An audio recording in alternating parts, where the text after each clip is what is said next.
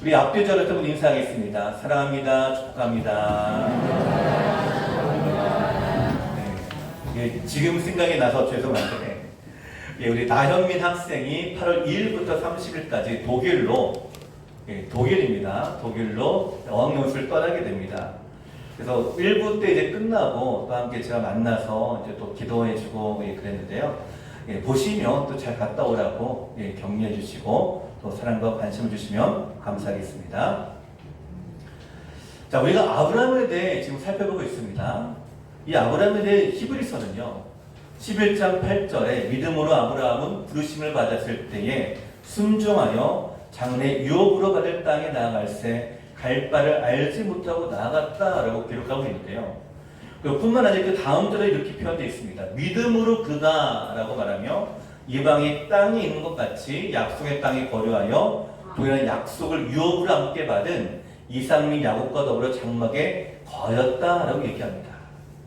그러니까 이 히브리서 두 절에서 아브라함이 자기의 고향과 친척과 아버지를 떠나고 가나안 땅에 들어간 것은 무엇 때문에요? 믿음으로 나갔다라는 사실을 오늘은 증거하고 있는데요. 자, 믿음으로 떠났던 이 아브라함의 모습을 함께 살펴보고 있죠. 믿음으로 하나님을 만났습니다. 가나안 땅에 하나님을 섬겼습니다. 이렇게 예배하며 하나님 앞에 한 걸음 한 걸음 나아간 삶이 아브라함의 삶이었다라고 함께 나누었고요. 하지만 기근과 어려움을 만났을 때에 믿음이 아니라 자신의 생각이 우선시되는 삶을 살아갔던 이 아브라함의 모습을 지난주에 함께 또 살펴보았죠. 하지만 그럼에도 불구하고 하나님은 아브라함을 사랑하시고 구원하셔서 그를 하나님께서 이제 구원의 자리에 인도하신 모습을 우리가 보게 되는데요. 여러분, 이것이 하나님이 우리를 훈련시키는 방법입니다. 이게 우리를 연단시키는 방법이에요. 하나님 우리를 구원하신 다음에 시험하십니다. 이 시험을 통해서 깨닫게 하십니다. 내가 하나님을 떠나서는 안 되는구나 라는 것을 우리로 알게 하십니다. 그러니까 이렇게 시험하시는 이유가 뭐냐면 하나님께서 아브라함을 통해서 더 믿음이 성장하게 하고 성숙하게 하고 더 견고해져서 하나님을 믿는 사람으로 만들게 하기 위함입니다. 우리가 오늘 읽지는 않았지만요, 13장 1절부터 4절까지의 말씀이 바로 그 말씀인데요. 애굽에서 구원한 이 아브라함이 다시 회복되어서 처음 하나님을 만났던 자리, 처음 재단을 쌓은 곳으로 그가 다시 돌아오게 됩니다. 그러니까 기근을 만났지만 애굽에서 나왔습니다. 그리고 그가 다시 돌아간 곳은요, 하나님을 만났던 바로 그 곳이에요. 예배의 자리였던 그곳, 은혜의 자리, 하나님과 함께 믿음의 자리를 지키기를 하나님께서 원하셨던 것입니다. 오늘 하나님 우리를 불러주실 때에 이와 같이 부르고 계십니다. 바로 그 자리에서 하나님이 처음 불렀던 바로 그 자리, 은혜의 자리, 믿음의 자리, 바로 그 곳에서 복의 근원이 되기를 원하고 계시고 그 땅을 너에게 주겠다라고 약속하셨고 그곳에 너의 자손이 별과 같이 많아지게 될 것이다 라고 약속하셨습니다. 자, 산성도 여러분, 어떤 상황이건 하나님 주신 그 은혜의 자리, 예배의 자리를 굳게 지키는 저희 성도 여러분 되시기를 간절히 소원을 드립니다. 복의 근원이 되신 하나님은 그 자리에 우리가 서 있을 때에 비로소 은혜를 우리가 주십니다. 역사하십니다. 돌보십니다. 함께 하십니다. 그 참된 예배자로 믿음으로 회복된 모습이 아브라함의 모습이었어요. 자, 이렇게 아브라함이 하나님 믿음 안에 바로 서게 되고 다시 회복하게 되니까 그에게 이제 기다리고 있는 것은요, 또 다른 시험입니다. 근데 이 시험은요, 또 다른 시험이에요. 바로 인간관계, 사람에 대한 시험입니다. 자, 오늘 본문을 보니까 수요가 많아진 아브라함의 종과 조카 롯의 종 사이에 다툼이 일어난 사건을 설명하고 있는데요. 우리 본문 5절과 6절 말씀 같이 읽겠습니다. 5절과 6절입니다. 시작. 아브라함의 일행 롯도 양과 소와 장막이 있으므로 그 땅이 그들이 동거하기에 넉넉하지 못하였으니 이는 그들의 소유가 많아서 동거할 수 없었음이니라. 아멘. 자, 지금 이들의 문제가 뭐라고요? 이들의 문제가 무엇입니까? 소유가 많아졌다라고 하는 것이에요. 소위 부자가 되었다라고 하는 거죠. 자, 여러분 부자가 되길 원하십니까? 아, 네, 너무나 경건하셔서 있는 바를 족한 줄로 여기시는 정말로 믿음적으로 이 성경의 성도님들, 죄송합니다. 저는 부자가 되길 원합니다. 저는 그렇게 되길 원하고요.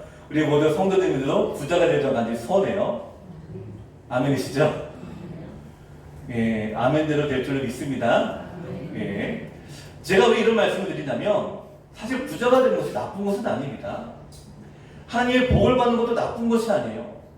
소유가 많아지고 은혜를 누리는 것은 우리가 바라보는 당연한 축복입니다. 그리고 지금 아브라함과 롯이 그와 같은 은혜를 받고 있는 거예요. 근데 문제는 이것이에요. 바로 그 부자가 된 그 번영, 우리가 생각하는 이 성공이 우리 안에 어떤 의미로 와닿고 있는가라는 거예요. 수필가인 토마스 칼라일이 이런 말을 했습니다. 역경은 때로 사람을 공경에 몰아넣는다. 하지만 역경을 견디는 자가 100명이라면 번영을 견디는 자는 1명에 불과하다. 그럼 이 말씀이 무슨 말씀일까요? 역경을 견디는 자가 100명이라면 번영을 견디는 자는 1명이다. 우리가 역경과 연단을 견디기 힘든 것은 사실이죠. 그래서 이겨낼 수 있다라는 말입니다. 근데 저 중요한 건요, 번영을 이겨내는 것이다라는 거예요. 여러분, 번영을 이겨낸다라는 말이 무슨 말일까요? 부자가 되어도 성공해도 초심을 잃지 않고 믿음으로 그 자리를 국가에 굳게 지켜나가는 것, 믿음으로 살아가는 것을 얘기하는 거죠. 정작 힘든 것은요, 번영을 이겨내는 것이다라고 얘기합니다. 여러분, 로또를 사보신 적 있으십니까? 예, 아까도 말씀드렸지만 워낙 경건하셔서 어제 우리 수련회를 하다가 제가 물어봤어요. 우리 중고등부 아이들에게 너의 소원이 무엇이니? 라고 물어보니까 어떤 한 학생이 로또 1등 당첨되는 거요? 라는 거예요. 예, 참 좋죠. 예, 은혜롭습니다. 예, 그래서 그 마음이 공감이 됩니다. 왜? 이렇게 물어보니까 이 세상에 살아가려고 해도 돈이 많이 필요했어요. 근데 우리가 로또 1등 당 확률이 이런 벼락 맞을 확률보다도 낮다라고 여러분 얘기 들어보셨죠? 수학학자들이 계산해 봤는데 이렇게 확률이 나옵니다. 814만 5,060분의 1이라는 거예요. 그러니까 이 확률로 따지면은 800만 번 이상을 복권을 그어야만 1등이 될 수 있다라고 하는 확률이에요. 그러니까 그럼에도 불구하고 이 확률에 대해서 알고 있음에도 불구하고 1등을 기대하고 사람들이 끊지 않고 로또를 사는 모습을 보게 되는데, 그리고 미국에서 복권 당첨자들을 조사했는데요. 당첨자 가운데 90% 이상이 불행한 결말을 맞이했다고 합니다.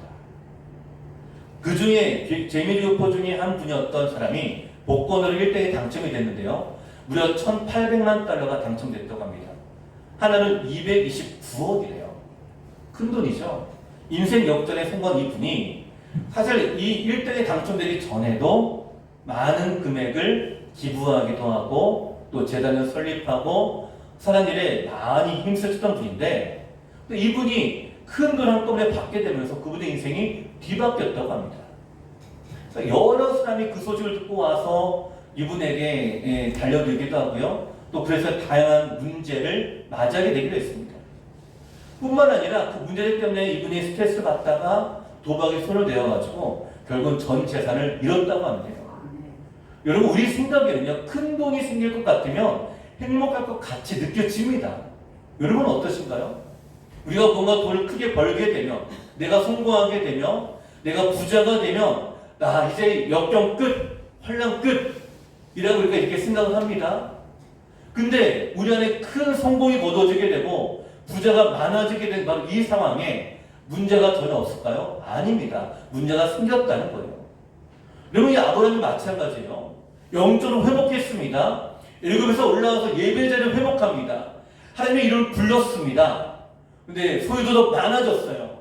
그러니까 우리가 생각할 때는 믿음 생활 잘하고 물질도 많아지게 되고, 그러니까 아무 문제가 없을 것 같은데 오히려 갈등이 다른 곳에서 일어난다는 거예요. 어디서요? 삶을 통해서 일어난 거예요. 7절 말씀 같이 읽어보겠습니다. 7절입니다. 시작. 그러므로 아브라함의 가축의 목자와 롯의 가축의 목자가 서로 다투고 또 가나안 사람과 그리스 사람도 그 땅에 거주하였는지라. 아멘. 자, 이것을 보면 아브라함도 복을 받았고 롯도 복을 받았습니다. 여러분, 그렇게 복을 받았으면 함께 행복하게 살아야 되지 않겠습니까? 복을 누리는데 왜 갈등이 생겼을까요? 아마 아브라함이 자신의 종들에게 다투지 말라라고 했겠죠. 근데 환경이 그렇지 않습니다. 장소는 한정이 되어 있어요. 소유는 많아지게 됐습니다. 그러다 보니 이런 일들이 생기게 된 거죠. 자, 소유가 많아지다 보니까 이 많은 소유를 유지하기 위해서는 풀과 물이 더 충분해져야 되는데 풀과 물보다 소유가 더 많아지게 된 형편이 된 거예요. 그러니까 다툼이 끊이지 않는 거예요. 아브라함에게도 필요하고 롯에게도 필요합니다. 거기다가 이곳이 어떤 곳이라고요? 오늘 7절에 보니까 가나안 사람과 브리스 사람도 그 땅에 거주하였는지라. 원래 주인이 누구라고요? 여기 가나안 사람과 브리스 사람이에요. 이 아브라함과 롯은요, 이사 온 사람들입니다. 미리 거주하고 있는 사람들이 있는데 그나마 있던 풀과 물도 그들 마음대로 사용할 수 없는데 그나마도 부족하니까 어떻게 서로 다투는 거예요. 갈등이 생깁니다. 자, 이런 갈등이 우리 안에 일어났을 때 우리가 어떻게 대처할 수 있을까? 아브라함은 믿음을 회복한 이 아브라함은 성숙한 모습으로 이 문제를 해결한 모습을 우리 가운데 보여주고 있는데요. 오늘 우리가 아브라함과 같이 성숙한 모습으로 우리의 갈등의 문제를 해결하며 성숙한 그리스도인이 되기를 간절히 소망을 드립니다. 이 문제를 어떻게 해결했는지 우리 세 가지를 함께 살펴보기 원하는데요. 첫 번째는 믿음이 성숙한 사람은 화평케 하는 사람입니다. 자, 이 갈등을 알게 된 아브라함이 롯에게 이렇게 선포하게 됩니다. 8절 말씀 같이 읽겠습니다. 시작. 아브라함이 롯에게 이르되 우리는 한 친족이라 나나 너나 내 목자나 네 목자나 서로 다투게 하지 말자. 아멘. 서로 어떻게 하지 말자고요? 서로 다투게 하지 말자.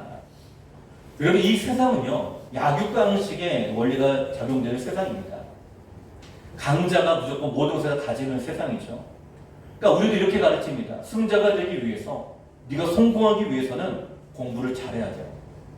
네가 성공하기 위해서는 남들보다 더 좋은 대학에 들어가야 돼. 남들보다 더 좋은 직장에 들어가야 돼. 네가 성공하기 위해서는 남들보다 더 좋은 집에 좋은 차를 다니고 남들보다 더 우월해야 돼 라고 이렇게 얘기합니다. 그래서 경쟁에서 이겨내라 라고 얘기합니다.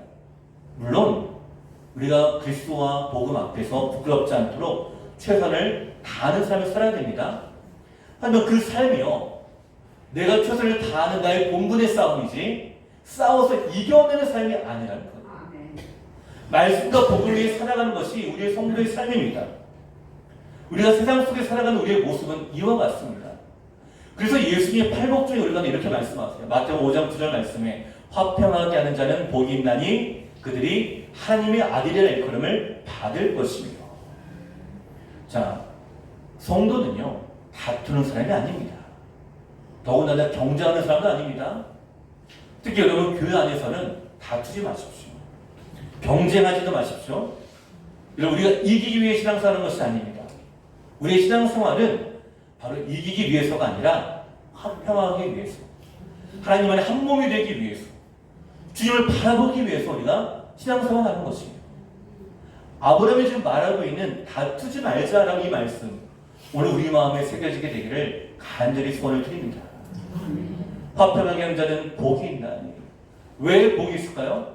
하나님의 자녀라 인정되기 때문입니다. 하나님의 아들이라 일컬음을 받게 된다라고 말씀하잖아요.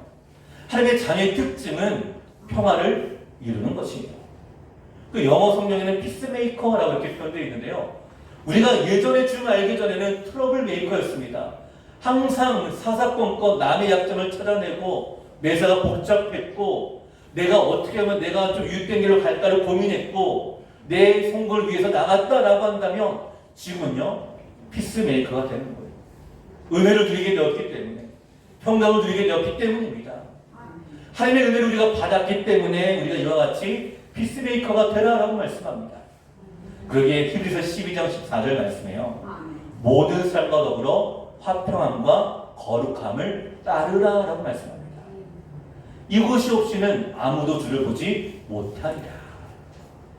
자, 두 가지를 말씀하고 있죠. 뭐예요? 화평함과 거룩함입니다. 우리 믿음 생활에 중요한 이 두 가지 요소예요. 우리가 믿음과 우리의 거룩함을 중요하게 여깁니다. 하지만 그 안에 화평을 이루어야 됩니다. 그리고 바리새인들이 그와 같지 않습니까? 자기의 거룩함을 위해서, 자기의 경건함을 위해서 다른 사람과의 화평을 무시하는 거예요. 자기가 의로우면 됩니다. 내 믿음만 나타나면 됩니다. 그래서 약한 사람들, 또 고아와 과부들에 대해서 이들은요, 구제하지도 않아요. 도와주지도 않습니다. 오히려 그래서 빼앗으려고 했습니다. 그러니 예수님이 뭐라고 말씀하셨어요? 그를 향해서 이 회칠한 외식한 자들아 라고 얘기하는 거예요. 겉으로 보기에는 거룩해 보입니다. 경건해 보여요. 믿음을 가지고 있습니다. 하지만 그 안에 평화가 없으니까 뭐라고요? 외식한 자들이다. 여러분, 우리의 믿음 가운데서 함께 가는 것은 화평함입니다. 모든 사람과 더불어 화평함과 거룩함을 따르라. 믿음의 관계뿐만 아니라 믿음으로 나갈 것이 아니라 어떻게 해요? 화평을 이루어 나가는 거죠. 우리의 믿음을 위해서 평화를 뺏는 일이 되어서는 안 된다는 것이죠. 여러분, 그래서 성숙한 그리스도인은요, 서로 다툰 사람이 아니라 믿음으로 화평을 이루어 나가는 사람입니다. 어디에 있든지 피스메이커가 되는, 화평케 하는 우리 성도 여러분 되시기를 간절히 소원을 드립니다. 두 번째 성숙한 그리스도의 모습은요, 희생하는 모습입니다. 아브라함의 희생과 양보가 오늘 9절에 나오고 있는데요. 9절 말씀 같이 읽겠습니다. 9절입니다. 시작. 내 앞에 온 땅이 있지 아니하냐. 나를 떠나가라. 내가 좌하면 나는 우하고 내가 우하면 나는 좌하리라. 아멘. 자, 우리는 말씀을 되게 원리는 잘 알고 있습니다. 그 선포는 잘해요. 그렇지. 평화를 이루어야지. 맞지. 우리가 피스메이커가 돼야지. 근데 정작 이 피스메이커가 되기 위해서 양보하거나 희생하려고 하지는 않는다는 거예요. 여러분, 성숙한 그리스도인으로 화평케 하는 사람이 되길 원하십니까? 그렇다고 한다면 희생 없이는 불가능합니다. 양보 없이는 불가능해요. 신앙의 격언 중에 이런 말이 있습니다. 영어로 bleeding is blessing 이라는 말이 있거든요. 이 말은 뭐냐면 피 흘림이 축복이다 라는 뜻입니다. 그럼 축복이라는 말, 영어로 blessing이라고 하는데요. 이 말은 bleeding이라고 하는 피 흘림이라는 이 단어에서 나왔다고 합니다. 그러니까 축복이 어디서 나왔다고요? 피 흘리는 거. 이 피 흘림은 뭐예요? 십자가의 정신입니다. 예수님이 십자가에서 우리를 위해서 피를 흘리신 거예요. 누구를 위해서 희생하는 것이 축복이다라는 뜻이죠. 우리가 축복인 줄 알고 있습니다. 하지만 피 흘리는 이 희생, 피 흘리기 위한 양보는 우리가 잘 실천하지 못하는 거죠. 근데 오늘 아브라함이 뭐라고 고백하고 있죠? 네가 좌하면 내가 우하겠다. 아브라함의 고백은 성숙한 그리스도인의 모습입니다. 여러분, 서열상 아브라함이 어른이에요. 아브라함이 삼촌 아닐까요? 그러니까 아브라함이 삼촌으로서 내가 먼저 우선권이 있어라고 얘기할 수도 있는 상황입니다.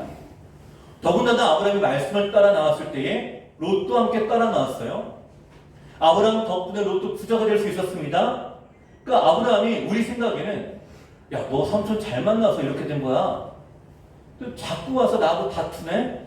이제 나를 떠나. 내가 여기로 갈 테니까 너는 일로 가. 여러분, 이렇게 할 수 있는 상황 아닐까요? 근데 이렇게 말하지 않아요. 오히려 양보합니다. 네가 우하면 내가 좌. 네가 좌하면 내가 우할게. 우선권을 양보합니다. 그리고 아브라함은 롯의 마음을 상하게 하지 않을 뿐만 아니라 이 갈등을 해결할 대안을 제시하고 있는 겁니다. 근데 그 대안이 뭐라고요? 나의 희생입니다. 내 양보예요. 여러분, 오늘 이 모습이 성숙한 그리스도의 모습으로 우리 안에 나타난다는 것을 여러분 기억하십시오. 희생할 수 있는 성숙한 믿음을 가진 아브라함은 롯을 책망하기보다는 사랑의 마음으로 그를 보듬어주고 있습니다. 연약한 자를 돌보아주고 자신을 희생하고 있는 모습이죠. 여러분, 이것이 성숙한 그리스도의 모습입니다. 초대교회의 성도들이 자신의 재산을 팔아 제자리에 발 앞에 두었습니다. 그 이유가 무엇인가요? 교회 연약하고 섬기할 사역을 위해 자신을 희생하는 것이에요. 자신을 주장하는 것이 아니라 공동체를 세워나갈 수 있도록, 연약한 자를 도울 수 있도록 양보하고 있는 것입니다. 내 가지고 있는 물질과 함께 희생하고 양보함으로 자신의 섬김과 바로 그 봉사를 이어나가는 것을 우리가 보게 되죠. 오늘 우리가 그와 같은 양보와 희생으로 우리가 주의 자녀가 되었습니다. 누가 희생해 주셨나요? 예수님이 십자가에서 희생해 주셨잖아요. 예수님이 내가 살게 라고 하는 것이 아니라 내가 죽어줄게 라고 하는 이 희생과 양보가 오늘 우리가 이 자리에 있게 된 이유이지 않습니까? 그러기에 오늘 하나님 우리 가운데 말씀하고 계십니다. 우리가 1만 달란트 빚진 자가 되어 그 빚을 탕감받은 것처럼 다른 사람이 나에게 200대면 빚진 자에 대해서 우리가 아낌없이 희생하고 양보하고 용서해 줄 수 있는 것이 바로 성숙한 그리스도인의 모습이다라는 것을 우리 가운데 말씀하고 있는 거예요. 그래서 사랑하는 성도 여러분, 신앙의 연수를 가지신 분들은 우리 새가족들이나 신앙의 연수가 아직 작은 분들을 위해 배려해 주십시오. 양보해 주십시오. 특히 우리 직분자 여러분, 성도들 위해 섬김의 직분 아닐까요? 성도님들을 섬길 수 있도록 먼저 양보하십시오. 먼저 나눠주시고, 먼저 섬겨주시고, 먼저 희생해 주십시오. 그렇게 섬김을 받고 희생을 받은 우리 성도님들이 어떻게 해요? 또 성숙해져서 또 하나의 열매가 되어 또 섬기실 수 있도록 그 밑거름이 되어주기를 간절히 소원을 드립니다. 여러분, 이것이 바로 교회의 모습이에요. 저는 우리 장로님들이 이러한 섬김과 희생의 모습을 보여주고 계시다고 생각해요. 여러분, 리모델링의 우리 교회 모습 보니까 어떻습니까? 너무나 좋죠. 제가 작년 10월 말에 처음 부임했을 때 이 자리에 처음 새벽기도 예배를 드렸을 때를 아직도 잊지 못합니다. 제가 어렸을 때 예전에 아주 오래됐던 제 모교회의 그 새벽 예배하고 똑같은 모습의 마룻바닥에 함께 앉아서 기도하던 그 모습들, 옆에 다 썩어져가고 또 냄새가 나는 그 상황에서 아마 이번 장마가 같았다라고 하는데 어떻게 됐을까요? 어떤 분이 그렇게 얘기하더라고요. 물바다가 됐을 거라고 얘기하더라고요. 1월부터 시작했었는데요.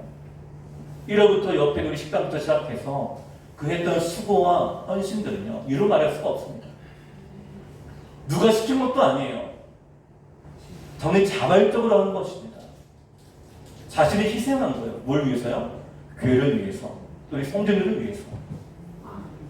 아브라함이 롯을 위해서 희생한 것처럼, 예수님이 우리를 위해서 희생한 것처럼 우리 장로님의 희생과 양보와 섬김이 오늘 우리가 이렇게 아름답게 예배를 드리고 또 이렇게 좋은 환경에서 예배드릴 수 있는 밑거름이 된 거죠. 자신의 시간을 희생하셨습니다. 쉴 수 있는 시간을 양보하신 거예요. 때로는 걱정이 되기도 해요. 쓰러질까 봐. 근데 머릿속에는 온통 그거밖에 생각나지 않는 거예요. 일주일 내내 그렇게 일하시고 피곤하실 텐데 또 주일에는 또 피곤도 마다하지 않고 직분을 감당해 주셨습니다. 그리고 그 열매로 오늘 우리가 이 자리에 앉아 있는 거 아니겠습니까? 오늘 이와 같은 이 열매가 우리 장로님들의 희생과 헌신을 통해 일어났다라고 한다면 오늘 역시 우리 역시 마찬가지입니다. 우리가 희생해야 될 자리, 양보해야 될 자리에서 성숙한 그리스도인의 모습으로 우리가 나타나게 되기를 간절히 소원을 드립니다. 그래서 이 열매가 더 많이 나타나도록 이 희생과 헌신과 양보가 우리에게 더 많은 열매로 나타나서 하나님께 영광을 올려드릴 수 있는 우리 이 성교회가 되기를 간절히 축원을 드립니다. 세 번째로 성숙한 그리스도인은 하나님만을 바라보는 사람입니다. 자, 아브라함이 이 갈등을 그대로 두고 볼 수 없었죠. 롯에게 대안을 제시합니다. 네가 좌하면 좌하고 내가 우하고 네가 우하면 내가 좌할 것이다. 여러분, 아브라함은 갈등의 원인을 꿰뚫어 보았습니다. 그리고 이제 롯의 선택의 기로에 달려있는 거죠. 어디로 가야 될지 선택할 순간이 왔는데요. 10절과 11절 같이 읽겠습니다. 10절 11절입니다. 시작. 이에 롯이 눈을 들어 요단 지역을 바라본즉 수알까지 온 땅에 물이 넉넉하니 여호와께서 소돔과 고모라를 멸하시기 전이었으므로 여호와의 동산 같고 애굽 땅과 같았더라. 그러므로 롯이 요단 온 지역을 택하고 동으로 옮기니 그들이 서로 떠난지라. 아멘. 자, 우리는 여기서 롯과 아브라함이 무엇을 바라보고 있는가? 라는 것이 여기서 드러나게 되는데요. 롯은 바라본 것은 뭐죠? 요단 지역을 바라보았다라고 얘기합니다. 그 땅으로 10절에 이렇게 설명합니다. 요단 지역을 바라본 즉 물이 넉넉하니 소돔과 고모라를 멸하시기 전이었으므로 여호와의 동산 같고 애굽 땅과도 같았더라. 자, 에덴 동산과도 같았고 또 어떤 땅과도 애굽 땅과도 같았더라. 여기 애굽이 어디죠? 우리가 지난주에 살펴보았죠. 기근을 만나가지고 애굽으로 내려갔던 아브라함 기억하신가요? 여기에서 우리가 중요한 요소가 있는데 당시에 이 아브라함이 살고 있었던 족장 시대에 강이라고 하는 이 요소는요, 삶에 있어서 매우 중요한 요소가 되었습니다. 자기 생존에 관련되어 있는 요소예요. 자, 하나님이 아브라함을 처음 부르실 때에 아브라함은 갈대아 우르에서 살았습니다. 이 갈대아 우르라는 이 지역은 어떤 지역이냐면요, 그 위에는 유브라데 강이 흐르고 아래는 티그리스 강이 흐릅니다. 그러니까 강 사이에 있는 거예요. 그러니까 물이 끊이지 않는 이 지역이 풍요로웠고요. 문명이 발달한 지역이었죠. 그래서 세계 4대 문명인 메소포타미아 문명이 발달한 것이 바로 이 갈대아 우르인데요. 그곳에서 살다가 말씀을 따라 이동했죠. 이동하다가 하란으로 갑니다. 이 하란도 마찬가지입니다. 유브라데 강 주변에 있기 때문에 아주 풍요로운 땅이 하란이었던 거예요. 근데 하나님 말씀을 순종해서 어디로 왔어요? 가나안 땅으로 왔습니다. 그 전에는 큰 강 주위에 있어가지고 어려움도 없었고 기근도 없었고 아무 문제가 없었는데, 자, 가나안 땅으로 들어오게 되니까 큰 강은 보이지가 않습니다. 아주 작은 요단강만 보일 뿐이에요. 근데 그곳에서 만난 것이 뭐였어요? 지난주에 기근이었다라고 말하고 있잖아요. 자, 기근을 만나니까 아브라함이 어디로 눈을 돌렸냐? 바로 애굽으로 눈을 돌린 이유가 여기 있습니다. 왜냐면 애굽에는 비가 내리지 않아도 살 수 있는 나일강이 흐르기 때문이에요. 그러니까 그 강을 보고 애굽으로 내려간 거예요. 자, 아브라함은 자신의 경을 바탕으로 큰 강의 유역인 애굽으로 나갔습니다. 그래서 우리가 지난주에 살펴본 대로 아내를 누이라고 속였다가 수치를 당하고 가나안 땅까지 되돌아오게 되었죠. 자, 아브라함은 이렇게 말씀대로 나아가다가 수치를 당했지만 하나님의 회복하심을 그가 보았습니다. 그러니까 이전까지는 아브라함이 환경을 보았습니다. 세상을 보았습니다. 강이 있는 곳을 중심으로 나아갔었습니다. 근데 이제 그것을 내려놓는 거예요. 하나님만 바라보는 것입니다. 그리고 롯이 요단강 주변을 선택할 때에 아브라함은 그것을 그대로 받아들인 거예요. 그걸 존중한 것입니다. 오늘 10절에 보니까 여호와의 동산과 또 같고 애굽 땅과도 같았더라 라고 하면서 롯이 그것을 택하니까 그들이 서로 떠났다라고 이렇게 말하고 있죠. 롯은 요단강을 보았습니다. 반면 아브라함은요, 하나님을 보았던 거예요. 그러니까 떠날 수가 있었습니다. 그 요단강이라고 하는 생존에 관련되는 문제가 있었는데, 내가 거기에 가면 내가 안전하게 살 수 있는데 내려놓는 것입니다. 이유는 단 한 가지예요. 뭘 보기 때문에요? 하나님을 바라보기 때문에. 자, 사랑성도 여러분, 롯이 요단 주변에 물이 넉넉한 이 땅은 에덴 동산과 같이 보입니다. 하지만 그 땅은 소돔 땅이라고 말씀하고 있어요. 우리가 읽지 않으면 12절 13절에 보시니까 소돔 땅이었고 소돔 사람은 악하고 큰 죄인이었다라고 말하고 있어요. 눈에 보이는 화려한 것에 집중하다 보니까 결정적인 것을 볼 수가 없었습니다. 그 안에 하나님이 있느냐 없느냐를 보지 못했던 거예요. 우리가 눈에 보이는 걸 쫓아가다 보면 뭘 보지 못할까요? 하나님께 보지를 못합니다. 믿음 있는 성도다라고 한다면 네가 좌하면 우하고 내가 우하면 좌일게라고 할 때에 뭐부터 할까요? 기도부터 하는 것이 정상이에요. 무조건 이거다라는 것이 아니라 무조건 이거다라고 판단이 돼도 그 중요한 순간에는 잠시 멈추고 기도하는 것입니다. 느헤미야가 그랬잖아요. 느헤미야가 포도주를 따라들 그 직분을 감당할 때에 왕이 네 얼굴에 숯이 왜 가득하냐 물어봤죠. 그러니까 내 고향과 또 우리의 성전이 묻어진 것이 내 마음이 너무나 아픕니다 라고 했어요. 그때 왕이 물어봅니다. 그럼 내가 너에게 무엇을 해줄까? 그때 느헤미야가 바로 대답을 안 해요. 거기에 보면은 성경에 보시면 하나님 앞에 목동함으로 라고 얘기하고 있어요. 물어보는 거예요. 기도하는 것입니다. 이게 바로 성숙한 그리스도의 모습입니다. 내 눈에 보기에 마땅하다 할지라도 합당하다 할지라도 기도하고 확인하고 나아가십시오. 이것이 바로 하나님을 바라보는 성숙한 그리스도의 모습이에요. 우리 눈에 보이는 이것이 당연한 것처럼 보입니다. 맞습니다. 그럼에도 불구하고 확인 받으셔야 됩니다. 아브라함과 롯의 차이가 바로 여기에 있는 거예요. 고린도후서 4장 18절에 우리가 주목하는 것은 보이는 것이 아니요 보이지 않는 것이니 보이는 것은 잠깐이요 보이지 않는 것은 영원함이라. 오늘 우리가 주목해 보는 것이 무엇입니까? 여러분, 눈에 보이는 것이 아니라 하나님을 바라보시길 간절히 소망합니다. 하나님을 주목해 보십시오. 하나님 어떻게 역사하실지 바라보십시오. 같은 장소에 있었던 아브라함과 롯이었어요. 함께 그 자리에 있었습니다. 근데 이 두 사람이 왜 이렇게 갈라졌을까요? 왜 나눠졌을까요? 무엇을 보느냐에 딸려 있는 거예요. 그 이유가 창세기 12장 4절에 나옵니다.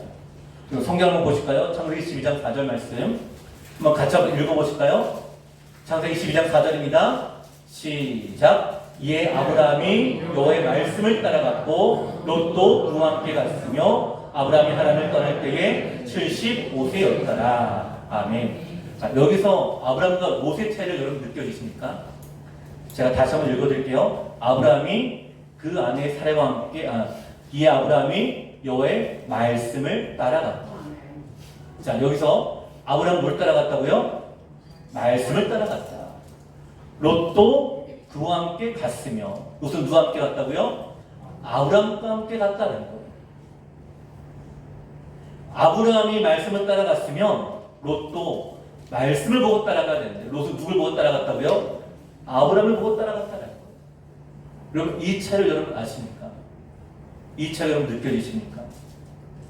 분당우리교회 이찬수 목사님이 이 본문에 대해서 한국교회 미성숙한 이유가 여기에 있다고 말씀하셨어요.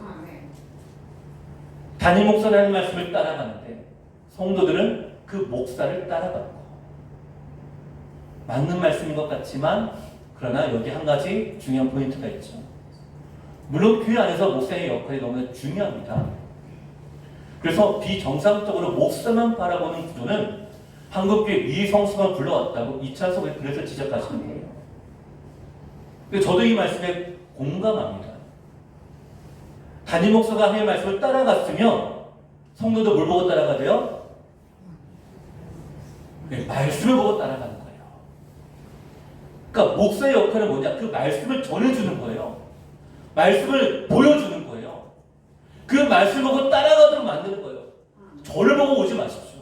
뭘 보고 오시라고요? 말씀을 보고 가십시오. 하나님을 바라보고 나아가십시오. 이게 성숙한 그리스도인의 모습인 거예요. 믿는 성도는 눈에 보이는 사람을 따라가는 것이 아니라 하나님 말씀을 따라가는 자를 좀 믿으시기 바랍니다. 그래서 흔들리지 않는 거예요. 그래서 요동하지 않습니다. 그게 바로 하나님의 교회입니다. 제가 계속해서 제가 말씀드렸잖아요. 제가 와가지고 교회는 하나님의 교회입니다. 우리가 바라볼 것은 하나님입니다. 말씀입니다. 그분께 초점을 맞춰야 됩니다. 아브라함이 그렇게 하나님만 쫓아가며 여호와의 이름만 부르며 예배하며 그렇게 한 걸음 한 걸음 나아간 거예요. 그걸 롯이 그걸 보고 뭘 봐야 돼요? 자기도 제단을 쌓아야 되고 자기도 여인을 불러야 되는 거예요. 그게 마땅하지 않을까요? 아브라함을 보고 쫓아가는 거예요. 그러면 어떻게 해요? 요단을 보고 요단 말고 쫓아가는 거예요. 원래 우리가 이 실수가 되지 않기를 저는 소원합니다. 성수가 그리스도인은 하나님을 바라봅니다. 하나님께 예배하십시오. 하나님만을 보고 쫓아가십시오. 그리고 여러분 말씀에 집중하셔야 되고 말씀을 읽으셔야 되고 말씀 앞에 기도하시며 주 앞에 물으시며 나가야 되는 거예요. 만약에 롯이 아브라함에게 물어봤다라면 뭐라고 얘기했을까요? 롯에게 선택권을 줬을 때 롯이 아브라함에게 아브라함을 먼저 선택하시거나 내가 어떻게 하면 좋겠습니까? 라고 물어본다면 그럼 아브라함이 뭐라고 대답을 했을까요? 여기다 라고 했을까요? 아니요. 분명히 여인을 불렀을 것입니다. 기도했을 것입니다. 하나님의 인도하심을 구했을 것입니다. 이것이 성숙한 그리스도의 모습이에요. 하나님을 바라보는 우리가 되기를 소원합니다. 눈에 보이는 화려함으로 속지 마십시오.